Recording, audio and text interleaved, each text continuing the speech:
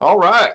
So I'm Zane with Zane Engineers Life. Today we've got Nico, who is in New Zealand, and his brother Diego, who is in Spain. What part of Spain are you in, Diego? Madrid, You're in the Madrid. center. Okay, awesome. Yeah. And then Nico, where were you in New Zealand?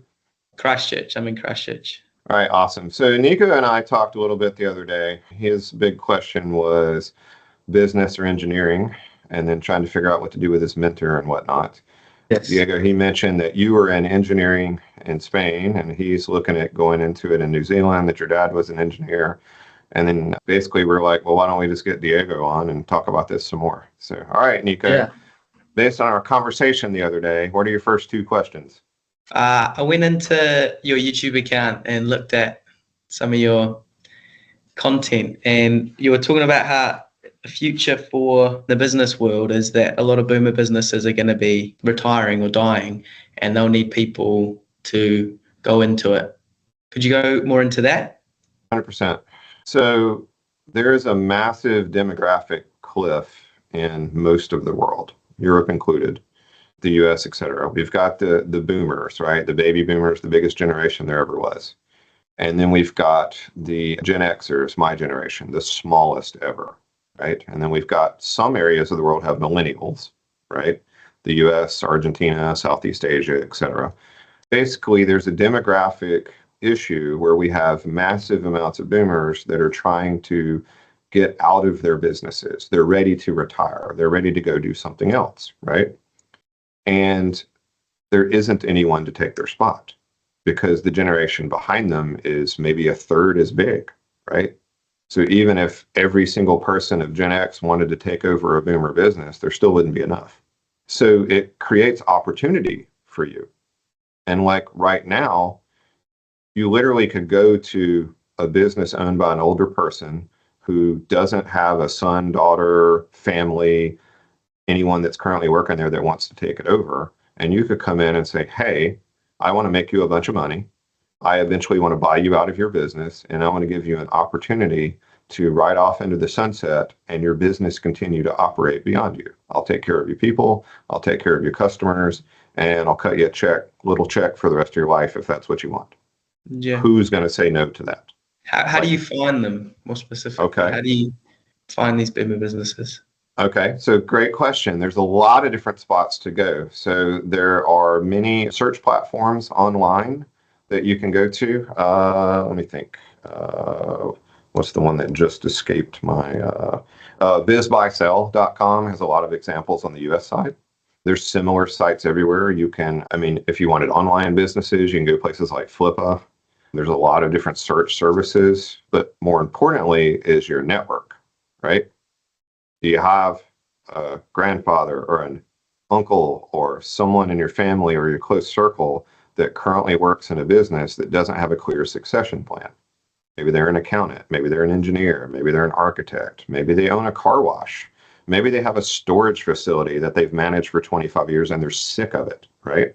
Maybe they have an apartment complex. There's so many different opportunities that sometimes you just go ask, right? So let's say you go out to a local business and you see the older owner is still there working, and you immediately think, why? But then you realize no one's there to take his place, right? And maybe he wants to keep his people employed. Just have a conversation with him. Hey, what are you Yeah. going to do when you retire? Oh, I can't. I'm stuck with this business. Oh, you don't have anybody to take it over? No. Well, talk to me about it. What would an ideal situation be for you? Well, what if you got $100 a month for the rest of your life and I just took it over? And they might laugh and say that's ridiculous, but then they might call you back the next day and be like, hang on, let's talk some more, right? Because like, especially in the US, if I sell my business, right, and you give me $2 million for it, and my original book value was much smaller, maybe 200K or something. Well, I have a net income of $1.8 million, which is now taxed at like 40% in the US. Okay. That's bad. But what if you gave me a small amount of money and then left me as a part owner while you slowly paid me out over a longer period of time? So now I have continued income without having to work, and I have a much smaller tax bill each year because I'm taxed at a much lower rate. And If you completely hose the business, I still have an opportunity to come back and take it back over, right? Like if you default or mess up or disappear or any of those kind of things, there's still the opportunity I could come back and salvage something out of it. Or I've had quite a few friends who've bought their business back at some point, right? Because maybe a group bought them and figured out, oh, wait a minute, that doesn't go with what we were doing. And they sold it back to them at a reduced price. I have a good friend that sold his business twice for $30 million. Wow. So he sold it for 30, bought it back for 10, sold it for 30 again, right? And it's still there. It's still going. People are still running it. So What there's business is that? tons of opportunity out here is what I'm getting at. Yeah. The answer to your question, though, Nico, is how do you find them? It's the same way you're going to find anything on earth. You're going to go find it. You're going to go ask questions. You're going to call people.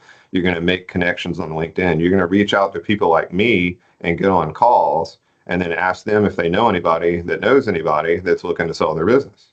And then you come to your brother and you go, tell you what, Diego, you're going to make a bunch of money in engineering and I'm really good at business.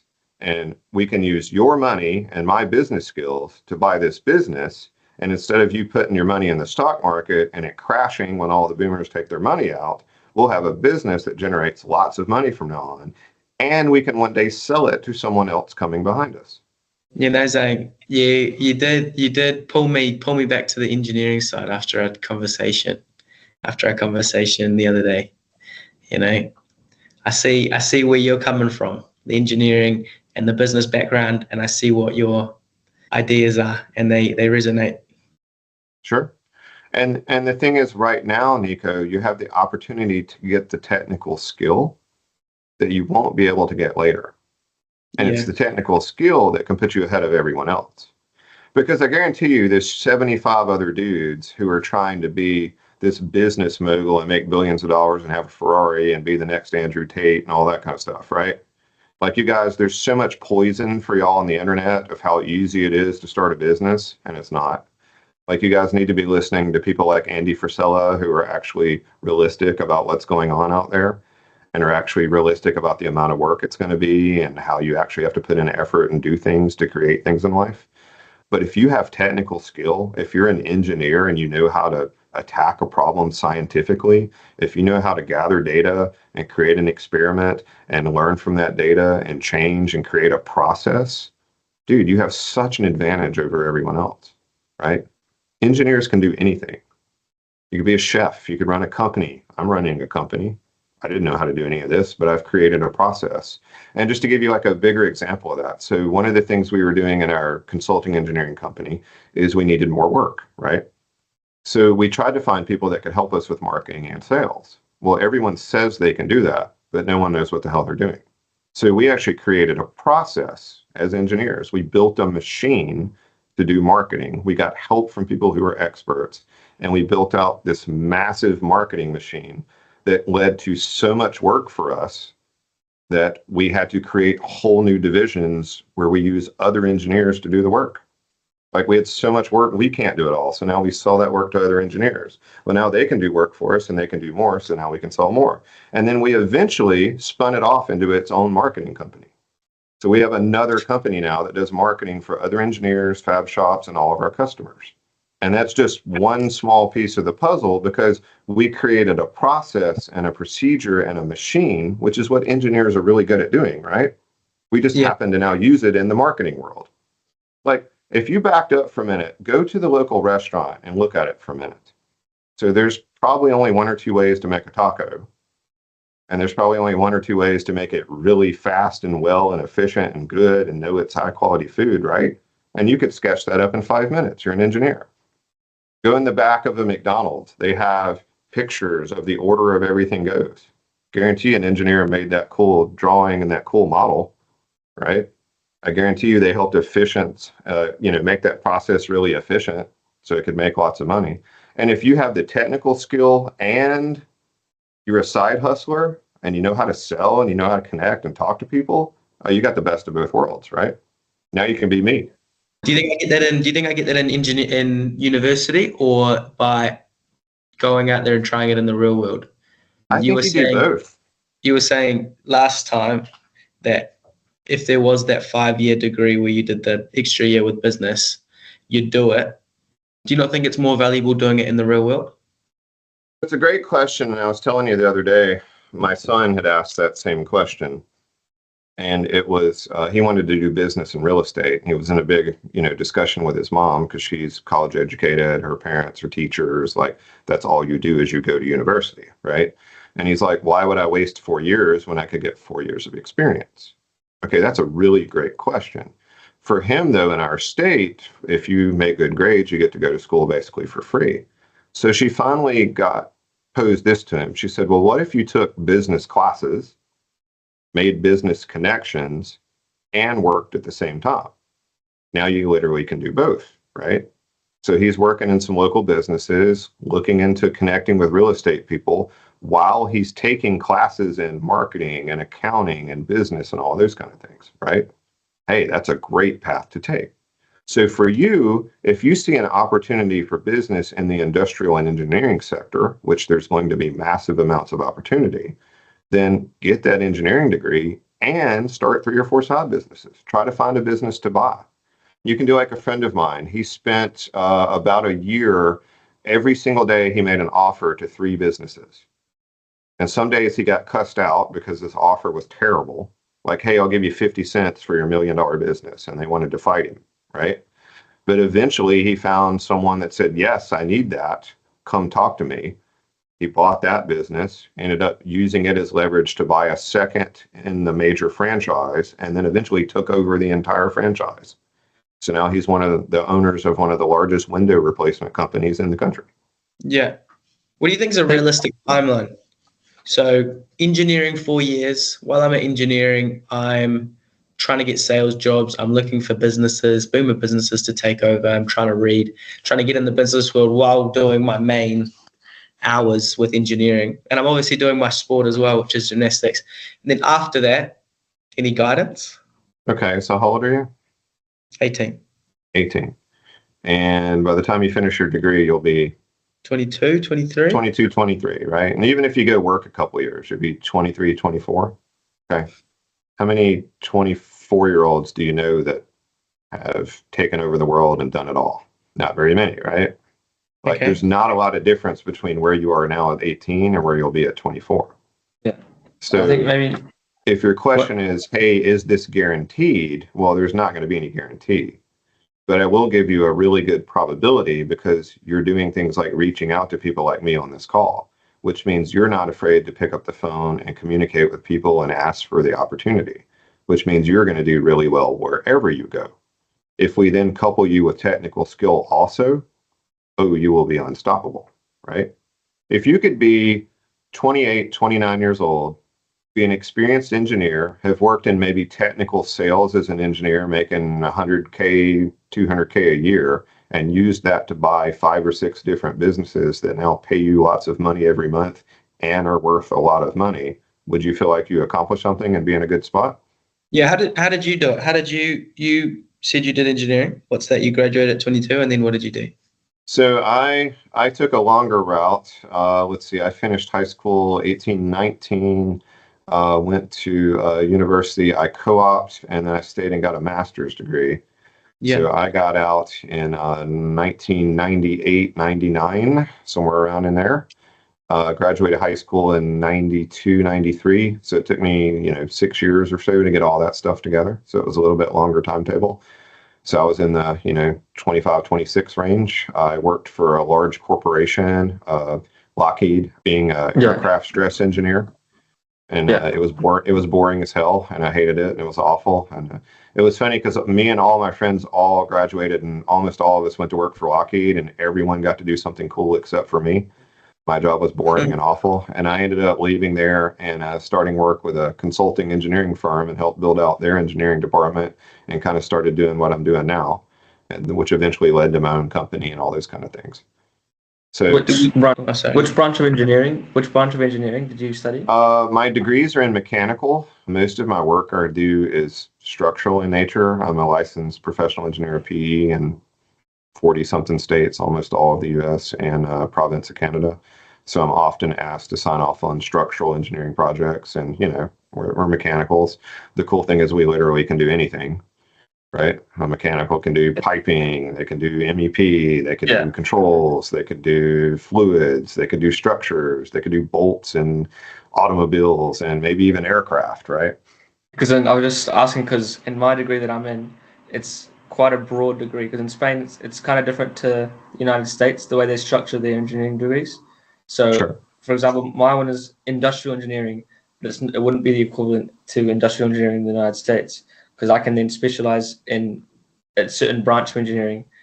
Now, I wanted to ask you, what kind of thought process should I go through in choosing the branch of engineering? So I can choose from mechanical, automotive, electric, energy, civil, and Okay, obviously so I have some that I like and some that I dislike. But and maybe if you had a insight into which ones might have a better future. So there's a couple of different routes we could go here in Diego. Let's back up to the important one for a minute. So I was talking with Nico about this, I believe. He's kind of at an inflection point where he could go a lot of different directions, right? Yeah. When you hit those in life, and they can be you're about to get married, or you're about to have kids, or you're changing jobs, or you're changing careers, or those kind of things, right? When you hit those inflection points, stop for a minute and ask yourself, what is my why? What is my why? What is my outcome? What am I after? What's it look like in 25 years? What do I really want, right? Who do I want to be? What do I want to be doing? Who do I want to be doing it with, right? How much money do I want? How much money do I need to do all the things I want to do? And then you ask yourself, what's the quickest way to get there with the least risk, right? Like the quickest way to make money is sell drugs or do pornography, right? But it may not fit with the other things that you want to do in life, right? It has a lot of risk associated with it. So there might be better ways to make money. For you, a couple of the things to look at. Where do you want to live? Or do you know? Right? I don't know, yeah. Sure. I mean, The cool part is you have opportunity to go anywhere. Like this morning, I met with two engineers that flew in from Spain to do work in Georgia, right? They're doing massive amounts of work and coming over here. So there is opportunity for you to go anywhere in the world, right? And you probably speak a couple of languages, so you probably can get up to speed pretty quickly wherever you go, right? And in engineering and technology, English is a pretty common language, so you'll be able to get up to speed pretty quick wherever you go. The big things you've got to ask yourself are, what do I want to be doing in 25, 30 years from now, right? Do I want $1 gazillion? Do I want to be teaching university? Do I want to have invented time travel or the cure for cancer? Like, what impact am I going to make in life? And then what helps me get there? So like, just to give you an example from my life, when I was so I grew up building houses. My dad was a general contractor. That was kind of cool, but I was really good in math and science. And I felt like I had a higher calling. I maybe needed to do more than just drive nails and put up wood structures and pour concrete. So I got into engineering. I didn't know what I wanted to do, so I picked mechanical because it was very general. And then I just kind of went from there. And I had this professor 1 year in school who was so bad and so terrible that I decided one day I wanted to go back and teach. Like, I wanted to make up for how horrible he was. Yeah. So thank you, Dr. Agba, for pushing me in this direction. So anyway, I got to looking at, okay, well, if I wanted to be a professor, what does that mean? So I found 5 or 10, and I just kind of looked at their patterns and their profiles. A lot of them had PEs. A lot of them had worked in industry. A lot of them had a great bit of experience. So I said, well, that's the path I'm going to go on. So I got co-op jobs in manufacturing. I looked into stress analysis and those things that were coming out at the time. I got my master's degree because I felt like that would help me teach, right? Because I don't need a PhD. As long as I have a master's degree, I can teach. And then I started down a path of, well, I'll work for the big company, because at the time I was going to get my PhD here at Georgia Tech in Atlanta. But then I got into beautiful women and going out and partying and having a good time when I moved to Atlanta, and that kind of fell by the wayside. But I ended up working in a consulting company, getting my PE and helping build that part of the business. So, and now, 100 years later, I've taught at the local university. I have this channel. I do mentoring. I have groups. I do lots of teaching and all of those kind of things. So I knew the general direction I wanted to go. And I said, well, what are the patterns of the people that do that really well? And then I just made sure to kind of get on those paths. So for you, to answer your question directly, you've got to think about what's your why and what you want to do in life. You got to think about what you need to make that happen, whether that's money or skills or ability or connections. You got to figure out for you where you want to live. right? And then look at, well, what are the opportunities? So for you guys, the opportunities, especially in tech and industry, are going to be North America, Southeast Asia, and then that part of, what is it, Uzbekistan and up through there has a bunch of millennials, but that's probably not where you want to go. Really? Right? That's probably got a lot of risk and other things associated with it. Yeah. You also have Argentina. There's going to be a lot of people in Argentina and a lot of industries. So those are all opportunities for you guys. And there's so many things, if I just take North America for a minute, there's so many things being built and done.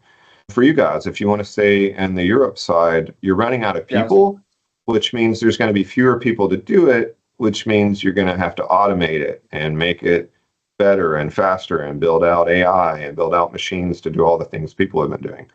So there's going to be tons of opportunity. We're running out of people because a lot of the Europeans are going to North America. Is that why you're saying that? Or? No, it's a demographic thing. So there was a massive group of boomers who are now dying. They're 70, 80, 90 years old now. Yeah. And the group behind them, Gen X, was super small. And we didn't have a lot of kids. There is one small group called the millennials here in the US where they did have a big group of kids here in the US, but all the generations behind that in the US, Gen A, Gen Z, all those are super tiny. So just imagine you had 100,000 people and now we only have 50,000 people. That's going to change things in that area a lot, right? Now I don't have people to run the electric plant. I don't have people to make the cars. I don't have people to run the big shovel that gets coal out of the ground to have power, right? So I've got to create machinery and things to do that instead. And then if you want to go somewhere that's growing, North America's got millennials, so it's still going to have consumption.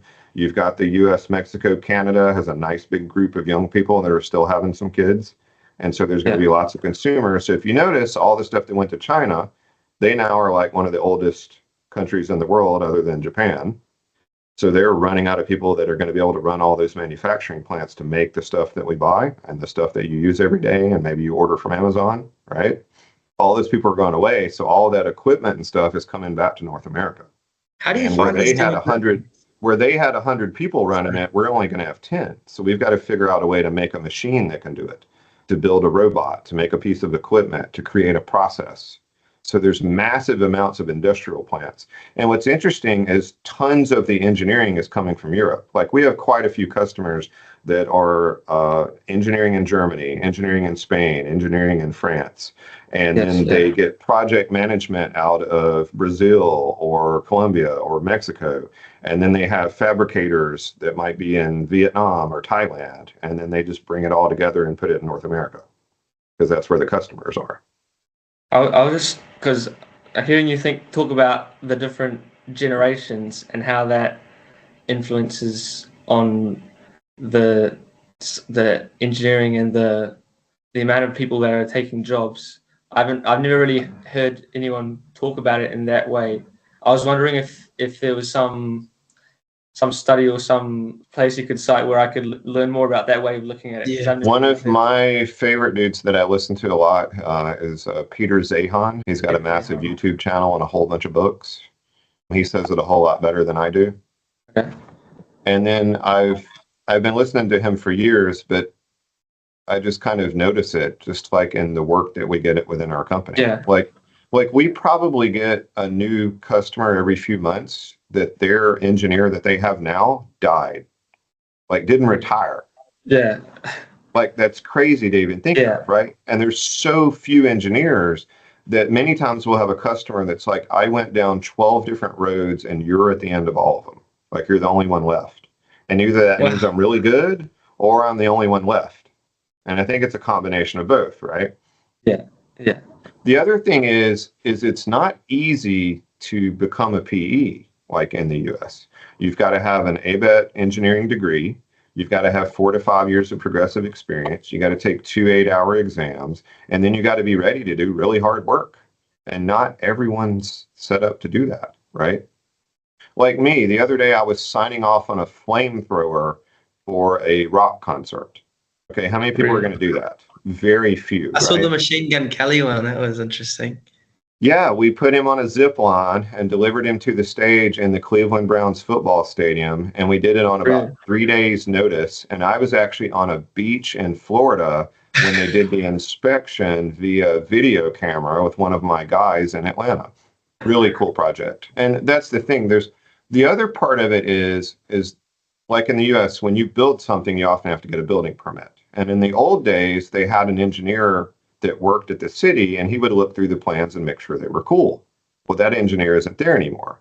So now the city wants it to be stamped and approved by an engineer that's licensed in that state. So all that work that used to be handled by that guy in the city now has to be done by other people. Well, and there's fewer of us now. And people want you to look at more stuff. Like we have to stamp ridiculously things nowadays, a little fountain where somebody might get a little wet. On the other side of it, if it's a 600 amp breaker, an engineer probably needs to look at it. If it's a massive piece of equipment, you're picking up 90 tons over somebody's head. Yeah, we should probably get the engineer to look at it. If it's spinning flamethrowers over a crowd on a live TV show, yeah, probably should have somebody look at it, right? Yeah. But so many other things are being asked of us, and there's no one to do it. So that's why I say, like for Nico, if you have an opportunity to just go to engineering school right now, the worst that comes out of that is you learn how to think critically and analyze data and create procedures. And that can help you in any business and any part of life. And if you had to give up 4 years of partying and hanging out with your buddies and having a good time, and you still got that, that doesn't sound that bad. Because like I say, if you take any 18-year-old and any 22-year-old, they're basically the same.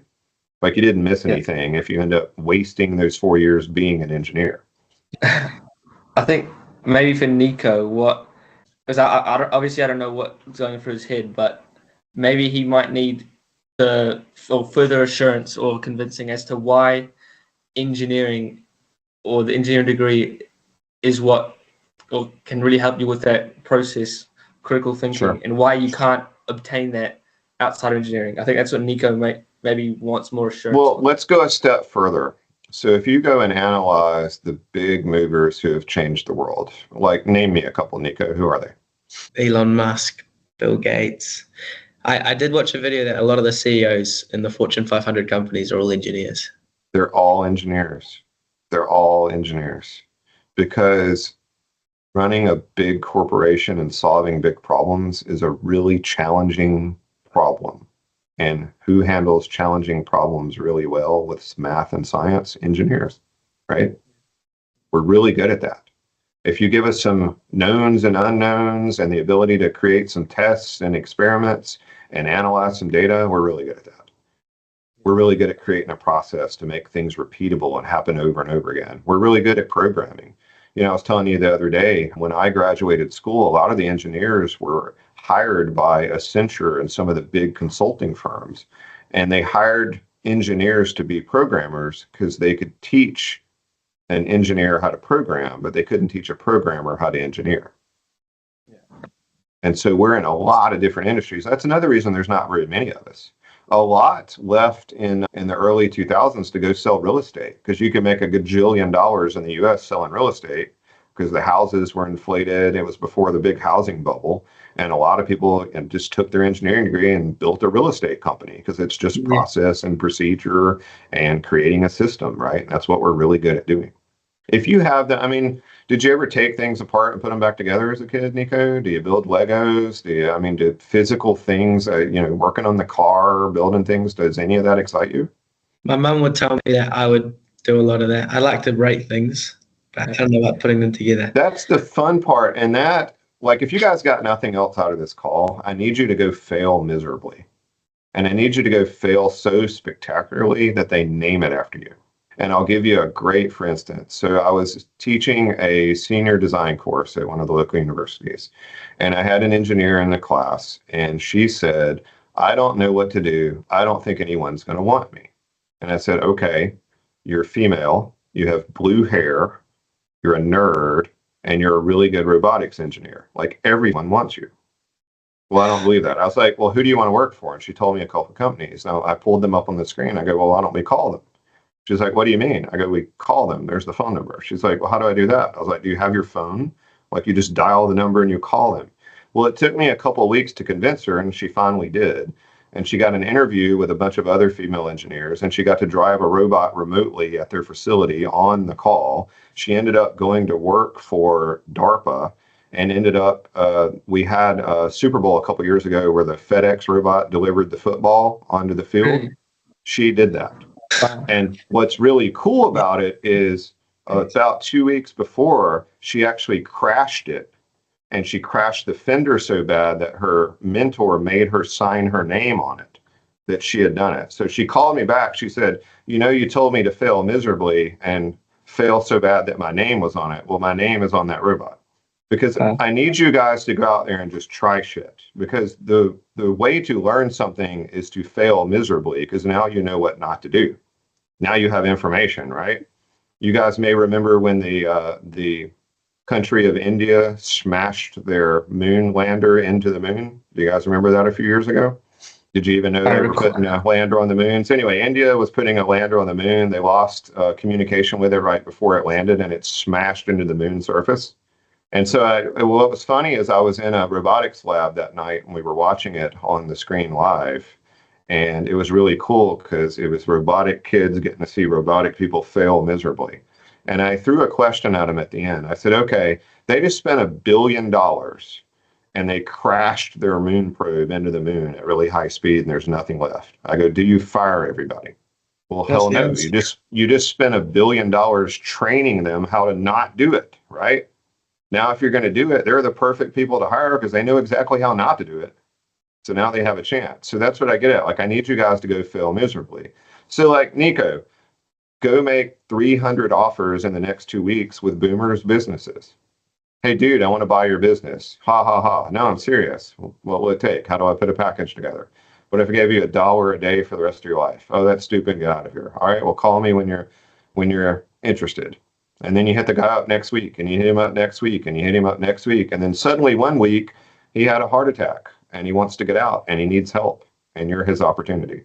Nico actually told me about this a while ago. He saw some video about rejection therapy and how the process of getting out of your comfort zone and 100%. getting rejected will make you realize that rejection is just another part of life, and that's how you learn.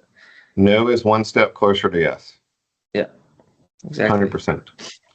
And you begin to understand, because, okay, a lot of people have a lot of trouble with sales. I don't want to be a salesman. Well, my question is, why don't you want to help people? Because if you framed it in that you're there to help people instead of rob them of their money and cheat them, then you're doing something noble, right? The reason people don't like salesmen is because they're shady salesmen that just rob you and give you crappy stuff and take all your money, right? Don't be that person. Be someone who helps people. Like, how can we help you more?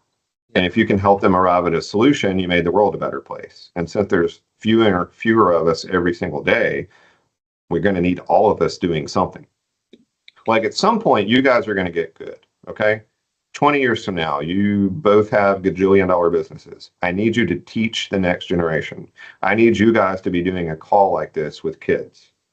You got me? Like, that's my price of admission here. Like, you guys have got to go do something important. Carry it forward. See, my personal mission is right here on the wall. For years, my directive to myself was change a life every day. And I made sure I did it every single day. And then I realized that's not big enough. Like, I've got to help people at a bigger scale. So my new mission is I create people who create people. So I'm looking for people like you and Nico that have the opportunity to make an impact and can do something important in this world. And then I'm going to do everything I can to help you make that happen. And most of that is just getting you out of your own way, right? Because if you really sat and looked at it, the only thing that's ever going to hold you back is what? You. Everything else you can overcome, right? I like watching Nico smile and think about stuff. So, Diego, did we answer your question about branch of engineering? It's hard to answer because you don't know what the opportunities are. Do you guys have internship and co-op programs where you can go work for a little while and see if that's what you like? Yeah, I think in the fourth or in the senior year, we do like internships while I would highly recommend that. And also, depending on your course load, like if you have some free time, hit up some of the local businesses and see if you can help them with CAD or design or modeling or doing drawings, or maybe there's a fab shop you can go learn how to weld, or, just look for opportunities to work in different parts of the industry, because you want to, I think anyone that's interested in engineering should intern and should co-op. I think all mechanical engineers should work in automotive and in manufacturing plants, because you learn tons and tons of stuff in a very short period of time. Like, you might get 4 years of experience in 6 months. My son right now just finished an internship with Toyota, and he worked on the robotic welding centers for one of the auto manufacturing plants. So now he's going back to school this semester, and you think he's going to understand what's going on a little better? Hell yeah, because now he's seen it in the actual real world, right? Yeah. And he's going to go back next semester and work again. So he's on a co-op program. That's a big thing in the States. You'll work 2 to 3 semesters and rotate between school and work. So if you have the opportunities to do that, and you think there's, like, say you want to work in aircraft, well, get an internship at the aircraft plant and see if you like it. Maybe it sucks. Maybe it's awesome. I don't know. There's an easy way to find out. Go do it. Yeah, I really want to get into working or internships as soon as possible. And because we do have a lot of opportunities at my university, especially. Well, and I don't know how you guys are structured. I assume the university also has a lot of projects and grants and grad students and things like that. Yeah. So sometimes you can go see your professors. Like, if there's a particular professor you like, go talk to them. Hey, how can I help you? How can I work for you? That's actually how I ended up going to grad school for free. One of my senior professors liked me and my projects and the things I did, and he came to me and said, hey, I want you to stay and work for me, and I'll pay all of your school. I'll give you a monthly stipend, and you get to hang out, go to football games, chill with your girlfriend, go to baseball games, and we'll have a good time. And I was like, all right, sounds good to me. So that's how I ended up staying for grad school. So go talk to your professors and see what opportunities they have. Be like, hey, I think I want to work in the foundry. Do you know anybody? And maybe they do. Maybe you can get a plant trip and go see. And maybe they offer you a job on the spot. Yes. Yeah. I actually, when I was in university, I ended up getting to go to Australia for a week. And I had been interning with Sunbeam Household Products, building appliances. And they had a plant that was just outside of Sydney. And some of the guys that had been at the plant I worked at in Mississippi had gone back to Sydney, and they had left some of their stuff. So I actually took it with me and went out to visit them one day at the plant. And what was funny is, by the end of the day, their boss offered me a job immediately to start the next morning. The guys took me out that night. We met a whole bunch of people. So by the end of the week, I had 2 girlfriends, a place to stay, and a job offer. And I was never coming home. I was going to stay in Sydney the rest of my life. And my mom actually had 2 big HVAC guys come drag me on the plane to come home. And that's a long ass flight, so I'm never going back there. Like, dude, if I ever come to New Zealand, I'm staying with you, Nico, because that flight is ridiculous. Yeah. When am I coming? What questions you got? When are we going to go work at Phoenix Engineering after I graduate? Well, you could do, here's an interesting story, Nico. So my wife met this guy at some dinner party one night, gave him a card, and he said his son was in engineering. She's like, here, get him to talk to my husband. So, a week or 2 later, I get this email and a call from a kid. Hey, my dad said I need to talk to you. Okay, so we set up a call, and we had a little call. He was in Kansas. So he drove from Kansas to Georgia, which is like 10-hour drive, to have lunch with me one day. He just wanted to talk to me more, right? And at the end of it, he said, well, hey, I'm coming to work for you. And I was like, no, you're not. He was like, yes, I am. I was like, nah, dude, we don't have a spot for you. He goes, I'm starting on May 15th. Okay, I guess you're starting on May 15th. So he ended up interning for us for a semester because he wouldn't take no for an answer. So I guarantee you, if you showed up from New Zealand ready to work, we might not pay you a lot, but we probably have a spot for you. We'll see. Depends on how good an engineer you are by then, right? Can you do some physics? Can you do a free body diagram? Can you get force to ground? If you could, maybe we got a spot. I think you have lots of other opportunity. I think between New Zealand, Spain, and North America, there's something for you. I think, did you have the conversation with your mentor yet? Are they really going to bail on you if you go to engineering school? I'm sure we'll stay. I'm sure we'll be in touch.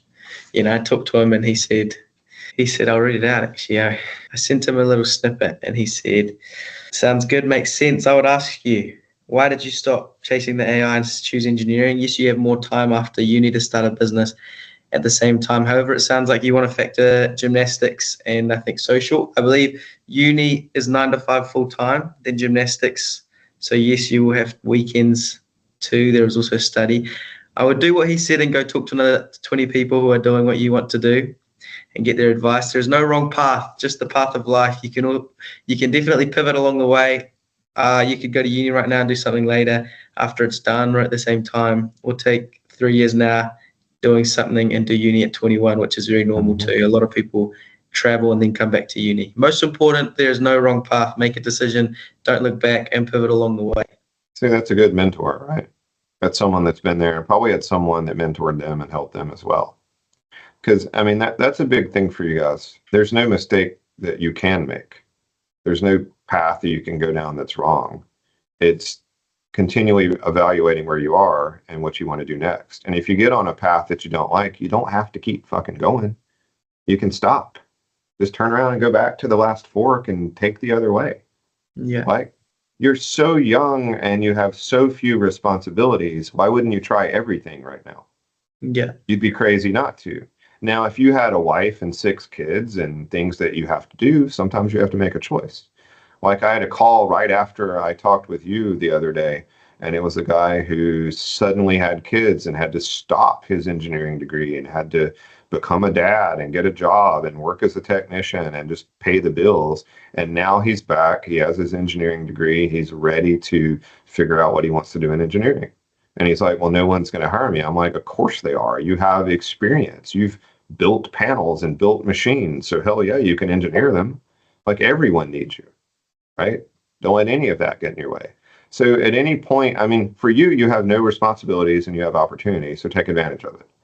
You have 168 hours in a week, make them count, right? You literally could party for 8 solid hours and still have 160 hours a week to do something. That's 4 full-time jobs a week. Try it all, dude. Same thing, Diego. If there's something you're interested in doing, go find some people that are doing it and talk to them and see if it's actually interesting. Go on a plant trip. Go talk to them. Buy them lunch. Yes, yeah. I'm definitely looking into a lot more of those opportunities where they have, for example, like heaps of times we get messages from the university of there's a visit to, for example, the other day I think there was a visit to the airport where they look at the manufacturing or the process. I forgot what it was, but I didn't go because I had class, and I might be thinking maybe in some Skip cases, class, dude. Skip class. Tell the professor you're going on that, and you'll make up class later. I actually had to skip class to go on that trip to Australia, and I went to all my professors beforehand. I said, well, here's when I'm going to be gone. If you can give me the work beforehand, I'll do it. If you need to fail me, tell me now so I can drop the class. Like, I'm going. This is an opportunity, and I'm going to take it. And as long as you communicate with them, I think a lot of people are going to be like your mentor, Nico. They're going to want the best for you. They're going to tell you there's no wrong path. They're going to ask you to consider a lot of things. They're going to give you their thoughts and opinions, but it's up to you guys to make the decisions as to what you want to do. And the cool thing is never regret whatever decision you make. Even if you totally get up and do the wrong thing and 5 years from now you're miserable, well, cool. Now you know what not to do. Like, it's not lost. Like, those experiences make you who you are. You know, that question comes up a lot of times. If you could go back in time, what would you change? Nothing, dude. Because then I wouldn't be who I am today. All those experiences and things I went through have made me who I am, and now I'm at the spot that I can help people the most. Now I can make an impact. All right, last 2 questions. What you guys got? Do you have anything, Diego? Thinking. You know, I was thinking how much value I've just gained from these 2 hours I've had with you. And if you had any other, like you said in your YouTube shorts, like you said at the start, any other people who you know, I'm thinking even your son that's in like junior, senior year, if I could just like talk with him or talk with any other people, just hear what they have to say. There's data points. I'd love to. So okay, so here's what I want you to do, Nico. Write a little pitch email. Here's what I'm trying to do. Do you know anybody that can help me? And then I can forward that to a few people and we'll see what happens. Yeah. I leave Saturday. I'm going to Mexico for about 3 weeks. I have a business conference down there. And we're going to have about 60 business people People anywhere from getting started to have sold for 100 million twice, right? People that are in AI, people that are in all kinds of different industries. And we're having a conference, we're having classes, we're having masterminds, we're having hot seats. We're going to spend a whole lot of time together. There'll probably be like 4 businesses that start coming out of this. Look for those opportunities. Look for networking. Look for masterminds. Look for entrepreneurial groups. Get on the Fastlane forum. I'm a mod on there. Fastlaneforum.com. Great place. Talk about business. There's kids from all over the world. You actually should probably get on one of their calls. I got a couple of groups of young guns to start doing weekly calls together. And now they're making 10 times the progress they used to because they're holding each other accountable. Yeah. Start looking around. Sorry, go ahead, Nico. What did you say? Fast Game Forum. What was it called? Fastlane Forum. Let's see what the actual URL is. Fastlane, thefastlaneforum.com. Thefastforum.com. Yeah, get on there. Great book. I did. The dude there is the one that sold his company multiple times for $30 million. And he wrote 4 books now that you can read. Yeah. I did. I was going to ask you, I just thought of a question. If you could recommend a couple or 1 or 2 books or podcasts on whether it's engineering, business, or anything about life, which ones would you? I'm a huge fan of Andy Frisella on the business side. He really gets into you. He's really straightforward. He really talks about the work and the effort that are involved. And that dude's going to build the next big Nike. Like he's doing some really big, amazing stuff. Let me think. On the technical side, I would just anything mechatronics. Yep, mechatronics. So it's kind of a combination of mechanical, electrical, computer, and robotics. It's a new degree that's kind of popped up in the US, and it's basically the people that are building all the automated equipment now, the people building all the robots and all the things that do stuff. Anything there is super useful. Let's see, mindset's a big thing. So go back to your Tony Robbins, go to watch David Goggins, get into all these kind of guys. They're always entertaining and can keep you going. Anything business. There's probably 5 threads on recommended books for entrepreneurs on that Fastlane forum. So check those out. Yeah, just TED Talks. TED Talks are a really good thing to listen to, Diego, especially some of the technical ones where they're talking about AI and they're talking about industrial revolution. They're talking about demographics. Those are really good things to watch and listen to. And the big thing is just keep all that going in the background. Like turn off the bullshit, put down the gaming. You don't need to listen to music. Like you can do that when you're old. Like listen to podcasts, listen to training, listen to for you, learn how to run a Siemens PLC, right? Learn how to do ladder logic, learn how to build a robot, learn how to use a Raspberry Pi controller, right? Like just I've actually been learning how to build a robot. I entered into a robotics competition where they give you workshops and teach you all the components of a robot. And now I've been building it. I've built all the components, and that's awesome. This afternoon. Let me give you a tip, and you may have already missed out on some of this. So anyone in engineering, your entire college career, every class and every lab, take a picture, write down what you did, and make yourself a portfolio website that shows what you did. For instance, my students that listened to me and did this, you can go to their own personal page, which is on their resume and their LinkedIn, and you can watch them build a robot in their robotics lab. Well, everyone else did it too, but now they get the credit for it because they made a video and they wrote down what they did when they did it. It's really hard to go back later and recreate what you did and remember. But if you make a little snippet while you're doing it, or maybe you made a drawing or a CAD model, just get a little snip and write down a little bit about it and put it on your portfolio page. And over time, you'll just build up a massive portfolio of all the cool things you've done. You'll forget about many of the things you've done. Like when guys are writing out their resume, well, I don't have any experience. Well, you built a robot in senior project. Like, isn't that kind of important? Yeah. Well, didn't you learn how to do a lot of stuff? Yeah. Why don't you put that on there? Why don't you put a picture of you and a video of the robot smashing things? Yeah. So that's big. Go back right now in all your classes and take some snips and take some pics and write down what you were doing and make a description of it because you'll need that later. That's the same with a personal brand, right? Very 100%. Well, so other people watch over your content that you made. Sure.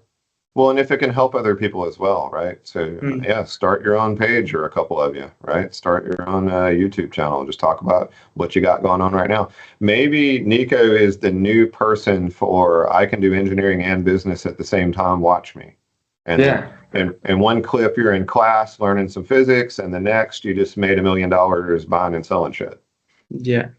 A lot of people are going to watch that. Because here's the thing, like if you could watch someone right now with a step-by-step of how to do it, you'd do that, right?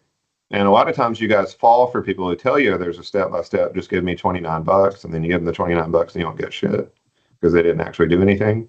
That's the one that Andy Frisella rails on all the time, or all the coaches that are out there to help you that have never done anything or built a business. Like, don't take advice from someone that doesn't have something. Like Nico, don't take business advice from someone that you can't go to their business and buy their product. Mm. What's your plan with your personal brand, Zane? What's my opinion? No plan. What's your plan? Like, are you trying to get to make it? There's no motive whatsoever. For me, it was I needed a spot to just kind of collect some thoughts and give a spot for people to go to. I got asked the same question 10,000 times. So I was like, well, I'll make a video of that and then I'll just send them the link. And then it just slowly kind of grew from there. For me, then I started teaching. I started doing some other things. I'll eventually build out an education branch of our engineering company where we do continuing education and training and all those things for people. Like, I understand that university eventually is going to go away because you're going to be able to download the information faster. It's almost like the old movie, The Matrix. Like, you can download how to fly a helicopter now. You literally could watch a YouTube video and you guys could probably go fly a helicopter in a few days. Right. Yeah. I mean, you guys learned so much faster than we did. You guys have so much more information than we did. You're so connected to everybody in the world, and we were not. Like, if I wanted to find 5 welders, I had to go in this room in the back of the plant, and there was a thing called the Suites catalog, and I had to roughage through books for 2 hours to find phone numbers for 3 companies, and then I had to call them. And I didn't know anything about them. I couldn't see them. I couldn't look up their picture. I didn't know where they were on the map. You guys have all of that in the blink of an eye right now, right? You could literally find out the CEO of a robotics company's dog's eye color in about 2 hours. Yeah. So there's nothing stopping you now other than you. And I challenge you with this, if I leave you with nothing else. If not you, who? There's nobody else coming. And that's why I'm out here talking to people like you. How do I create leaders who create more people? How do I create people who create people? How can I get Diego to inspire others to get into engineering and technology? Because we got nobody to do it. How do I inspire Nico to save 15 boomers' businesses and their entire families? Right? Because it's not just the owner, it's all the people that work for them, right? I mean, if there's a little plant that makes some piece of equipment that people buy in your country and they got 25 people working there and the owner dies or leaves, all those people are out of work now. And if they never made a plan for what happens after they're gone, well, A, that was foolish and selfish. And B, maybe you need to fill that role. Maybe it's an opportunity. There's a lot of ways to make money doing really simple stuff. Yeah. Yeah. Like the landscape. What was the, hang on. Are y'all old enough to know what the Snuggie is? Heard of it. Snuggie. Is that not like a blanket that you can wear? So it was a blanket with sleeves. Yeah. And it's sold like $100 million of blankets with sleeves. I mean, how hard was that? Like a blanket with like some thread, and they sold hundreds of millions of dollars of them. Yeah. I mean, it's not hard to make money if you provide value. If you provide value, you'll never want. So for you now, it's how do I get enough skills and training to provide value? How do I learn enough that I can be efficient and effective and help people? And then the other part is how do I just connect all of us? Because you guys work so well together. Like 3 of you could outwork 12 of us because you communicate better than we did and you share information faster and you can process as a group. You guys are really good at that. So you have a massive advantage on us. And it's good because there's a lot fewer of you guys than there are the boomers. So we're going to need you guys hitting at a really high level. All right, Diego, what you going to do next? Stay up all night? Can't sleep now? Right now, I was gonna have dinner before going to bed. I haven't had dinner yet. It's pretty late for dinner, right? Was it like 11 o'clock or something? That's how they do it in Spain, eh? It's almost 1 o'clock. Yeah. Oh yeah, that's a little late for dinner, dude. You need to get some sleep. Now you got to eat, got to feed. Make sure you guys are taking care of your health. Go to the doctor, get your lab work done. Sometimes you could take a one vitamin for your life and never have a heart attack and stuff like that. You guys are going to be very blessed. You're going to have nanobots and all kinds of cool stem cells and all kinds of things that are going to be out there for you guys. Check out CRISPR sometime. It's really cool. It's where they reprogram your DNA so that you don't have cancer and you don't have lung disease and all this. I mean, there's so many things coming and there's so much cool stuff that's going to happen in the world that you guys are in for a hell of a cool ride. But the more information you can learn right now, the more technical skill you can have, I think the more that you can help us, right? Yeah, the deeper The business side will always be there. Yeah. Well, you guys, so in 2 weeks, I want an email from each of you of what you're going to do next. Okay. Is that fair? Tuition for the class. Yeah. 2 weeks. 2 weeks from now, I want to get an email from each of you of what's next. Cool. Yeah. And if at some point you want to get a few more of your friends together and we do a bigger call, I'm in. Like, let's have fun. And then when this does post to the world and you see it out there, if there's some piece you hate or you want to scrub something out, let me know. I'll just get Roman and the editors to go kill it off. We probably won't listen to you and be like, shut up. You'll be like, you got to take it down. Too many girls are calling me.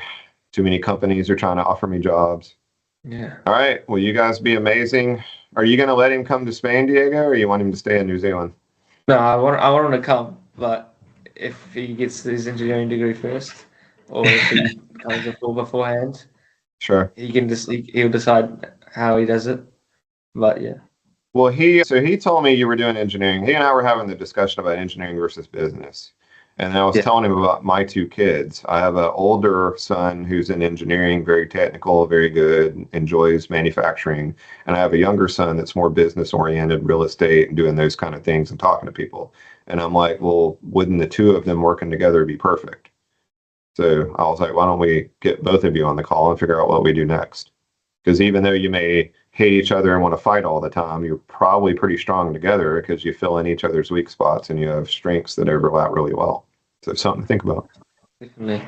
I think because I actually talked to Nico about this and we talked to our dad and he brought up the fact that does bring in some sort of liability to, like, you're both working together in the same company. If it fails, what happens? You're both if anything happens to the company, you're both doomed. Okay.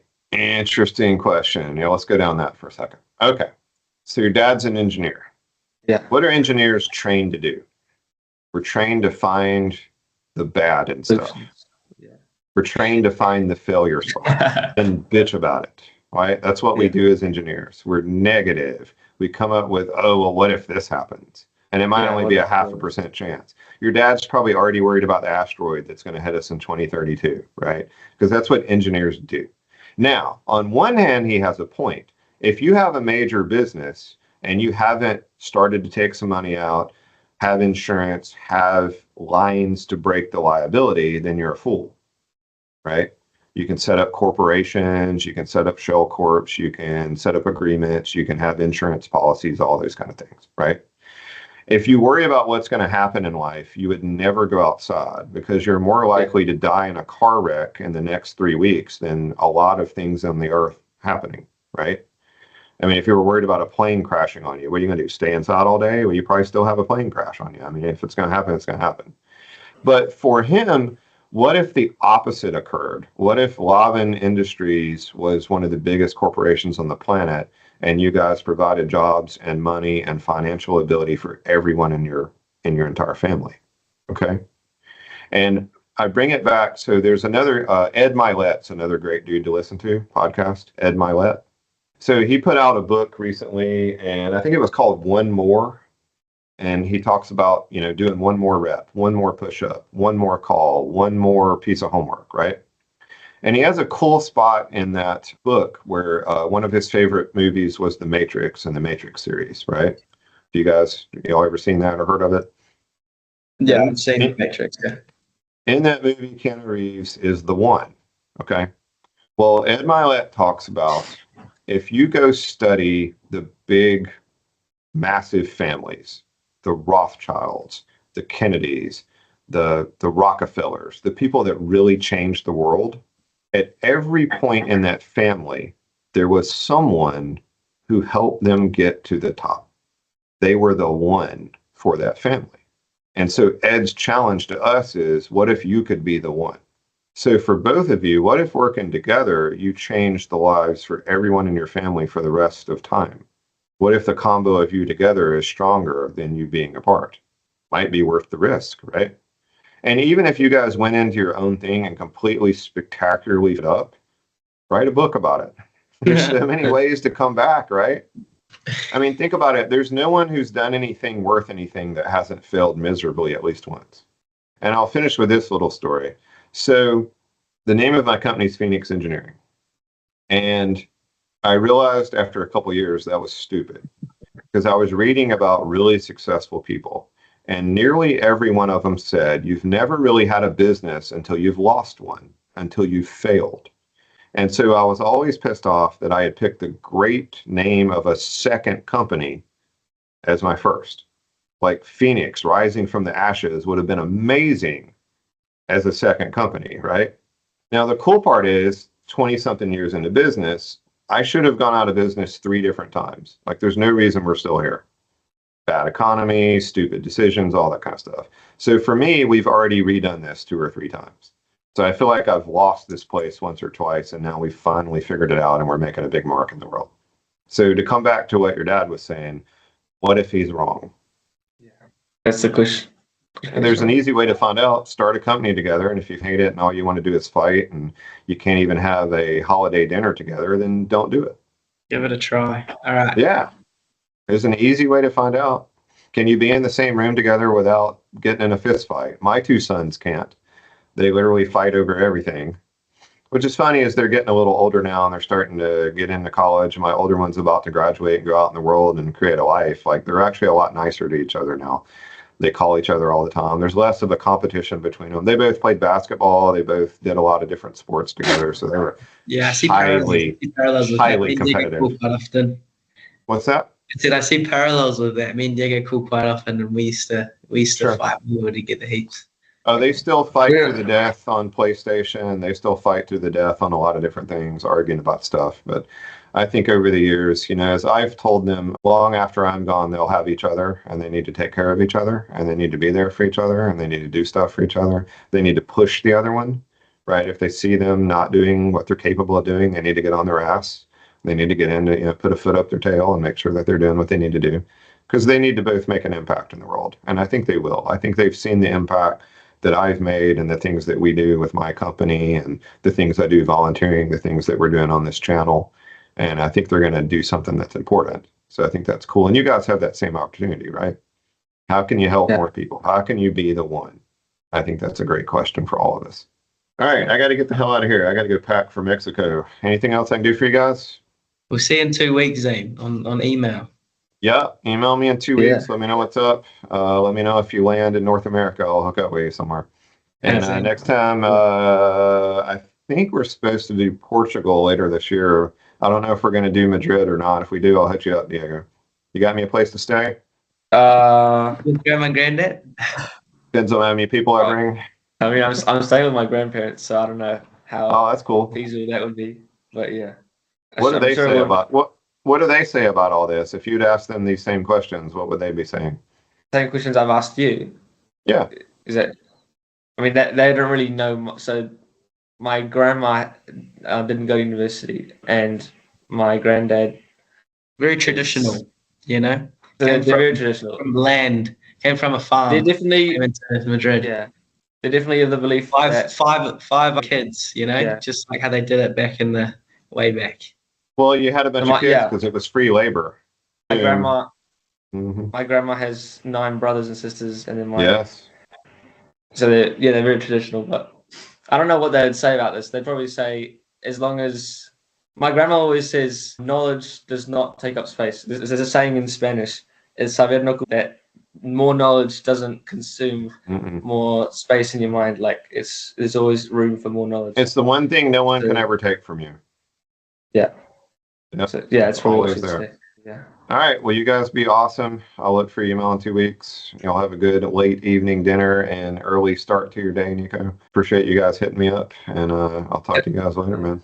Thank you very much for this call. Have a great All right, time be in awesome. Mexico. Go change the world. Enjoy Mexico. Spanish. See ya.